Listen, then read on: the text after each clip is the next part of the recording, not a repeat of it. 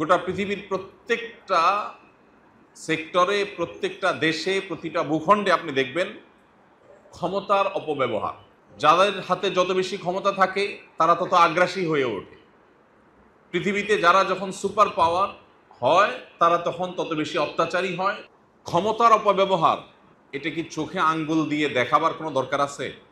অবশ্য ক্ষমতার অপব্যবহার দেখার জন্য আমাদের দেশের চাইতে উত্তম উদাহরণ পৃথিবীতে আর কোন জায়গায় আছে আমি জানি না।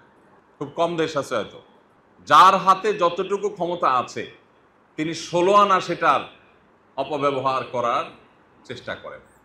একেবারে ক্ষমতার সর্বোচ্চ কেন্দ্রে থাকা মানুষটি থেকে নিয়ে একেবারে সর্বনিম্ন পর্যায়ে থাকা মানুষটা, যে যেখানে যতটুকু পারে তিনি সেখান থেকে ততটুকু অপব্যবহার করার চেষ্টা করেন। আমরা একটু দেখি আমাদের নবী করিম সাল্লাল্লাহু আলাইহি ওয়াসাল্লামের সিরাত কি ছিল। এক্ষেত্রে তার জীবন চরিত্রের দিকে যদি আমরা তাকাই, আমরা দেখতে পাই তিনি যখন মদিনা রাষ্ট্রের প্রধান ছিলেন, এবং শুধু মদিনা নয়, মদিনার আশেপাশের সমস্ত অঞ্চলগুলো যখন তার শাসনের অধীনে, তখন একবার নবী করিম সাল্লাল্লাহু আলাইহি ওয়াসাল্লামের সাথে সাক্ষাৎ করার জন্য বাহির থেকে কোনো এক ক্ষমতাধর ব্যক্তি বা কোনো এক গোত্র প্রধানের প্রতিনিধি এসছে। সেই প্রতিনিধি এক সদস্য কিংবা একাধিক সদস্যের প্রতিনিধি দল যখন মদিনায় আসলেন, আসার পর নবী করিম সাল্লাল্লাহু আলাইহি ওয়াসাল্লামের কর্মস্থল ছিল তার মসজিদে নববী। সব কাজগুলো তিনি মসজিদ থেকেই আঞ্জাম দিতেন। তিনি সাহাবীদের মাঝে বসা ছিলেন, হয়তো 5-10 জন 20 জন মানুষের মধ্যে। যখন নবী করিম সাল্লাল্লাহু আলাইহি ওয়াসাল্লাম সাহাবীদের মধ্যে বসা ছিলেন, তখন বাহির থেকে আসা সেই প্রতিনিধি নবী করিম সাল্লাল্লাহু আলাইহি ওয়াসাল্লাম সম্পর্কে কৌতূহলী হয়ে জিজ্ঞাসা করলেন। যখন লোকটা শুনলেন যে মদিনাতে তিনি মসজিদেই আছেন, অবস্থান করছেন, তো মসজিদে এসে তাকে খুঁজে পেলেন না যে নবী সাল্লাল্লাহু আলাইহি ওয়াসাল্লাম কোথায়। খুঁজে না পেয়ে উপস্থিত সাহাবীদের মধ্যে কেউ একজন হবেন এটুকু আন্দাজ করেছেন। আন্দাজ করে বলেছেন, মান ফিকুম মুহাম্মদ, ভাই তোমাদের মধ্যে মোহাম্মদ লোকটা কে? এটা জিজ্ঞাসা করার পর সাহাবা একরাম দেখায় দিলেন, উনি আমাদের রাসূল, আল্লাহ রাসূল, উনি মুহাম্মদ সাল্লাল্লাহু আলাইহি ওয়াসাল্লাম। এটা একটা ছোট উদাহরণ। নবী করিম সাল্লাল্লাহু আলাইহি ওয়াসাল্লাম যখন মদিনা রাষ্ট্রের প্রধান ছিলেন, তিনি যখন তার সাহাবীদের মধ্যে বসতেন, তখন তাকে আলাদা করা কঠিন হয়ে যেত যে এখানে নেতাকে আর অনুসারীকে। আমাদের সমাজের নেতা এবং অনুসারীকে আলাদা করাটা কঠিন হয়, সহজ হয়?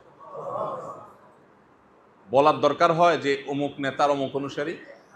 রাস্তা যখন নেতা এবং নেতার সাথে নেতার অনুসারীরা হাঁটে, দেখলে বোঝা যায় কি যায় না যে কোনটা নেতা আর কোনটা অনুসারী?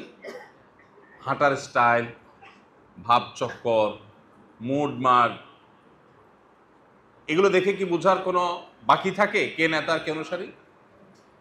নবী করিম সাল্লাল্লাহু আলাইহি ওয়াসাল্লামের বিনয়ের একটা উদাহরণ হলো এটি, যে তিনি যখন সাহাবীদের সাথে মিশতেন, তখন তিনি যে নবী, তিনি যে রাসূল, তিনি যে প্রধান, এরকম কোনো ভাব তার অঙ্গভঙ্গির মাধ্যমে, তার চলাফেরার মাধ্যমে কখনো প্রকাশ পেত না। প্রিয় ভাইরা আমার, আমরা যে যতটুকু পারি, সাধারণ মানুষজন আমরা যখন যারা দায়িত্বে থাকেন তাদেরকে আক্রমণ করতে আমরা খুব মজা পাই। হুজুররা ওয়াজে যখন তাদেরকে খুব শক্তভাবে ধোলাই করে, তখন জনগণ খুব খুশি। কিন্তু আমরা আসলে নিজেরা সুযোগের অভাবে সৎ, নাকি আমরা আসলেই সৎ যে আমি এই সুযোগটা পেলে আমি অন্তত এই আচরণটা করতাম না, আমি বিনয়ী হতাম? এই মানুষটা কয়জন আমরা? এই জন্য ভাইরা আমার, মুহাম্মদ সাল্লাল্লাহু আলাইহি সাল্লামের সুন্নাহ যদি আজ আমরা অনুসরণ করি, তাহলে সমাজটা সুন্দর হয়ে যাবে। সমাজের মানুষ, প্রত্যেকটা মানুষের আচরণ দ্বারা অন্যরা খুশি হবে, কেউ কষ্ট পাবে না। কিন্তু সুন্নাতে রাসূলকে, নবী সাল্লাল্লাহু আলাইহি সাল্লামের সিরাতকে যদি আমরা পাশ কাটিয়ে রেখে আমাদের কেবলা যদি পশ্চিমাদেরকে বানাই, তাহলে কশ্চিন কালেও আমরা সাফল্যের সেই চূড়ায় যেতে পারবো না, যেই চূড়ায় যাওয়াটা আমাদের কাঙ্ক্ষিত লক্ষ্য। আমাদের এই অঞ্চল দীর্ঘদিন পর্যন্ত ব্রিটিশদের শাসনে ছিল। তাদের কালচার দ্বারা প্রভাবিত নানান সময় আমরা হয়ে আসছি, এখনো আছে। মুসলিম সংখ্যাগরিষ্ঠ দেশে শুধুমাত্র মুসলিম না, অন্য ধর্মাবলম্বীরাও যে মাটিতে অত্যন্ত ধর্মপ্রাণ, আমাদের হিন্দু ভাই বোনেরা তাদের ধর্মের ব্যাপারে তারা খুবই সিরিয়াস, বৌদ্ধরা তাদের ধর্ম নিয়ে তারা খুবই সিরিয়াস, মুসলমানরা মুসলমানদের ধর্ম ব্যাপারে খুবই সিরিয়াস। কিন্তু যে দেশের মানুষের অস্থি মজ্জায় ধর্মপরায়ণতা এটা মিশে আছে। হ্যাঁ, ধর্ম সম্পর্কে আমাদের জ্ঞানের অভাব থাকতে পারে, ধর্মকে যথাযথ অনুসরণ করার ত্রুটি আমাদের থাকতে পারে, কিন্তু ধর্মের প্রতি এদেশের মানুষের শ্রদ্ধা ভালোবাসার কোনো ঘাটতি বা কমতি নেই। এটি এদেশ সম্পর্কে জানেন এরকম যে কোনো মানুষ মাত্রই বলতে পারবেন। কিন্তু দুর্ভাগ্যজনক সত্য হলো এরপরও আমাদেরকে পশ্চিমাদের বিভিন্ন আইডিওলজি জোর করে গেলাবার একটা প্রচেষ্টা আমরা সবসময় দেখতে পাই।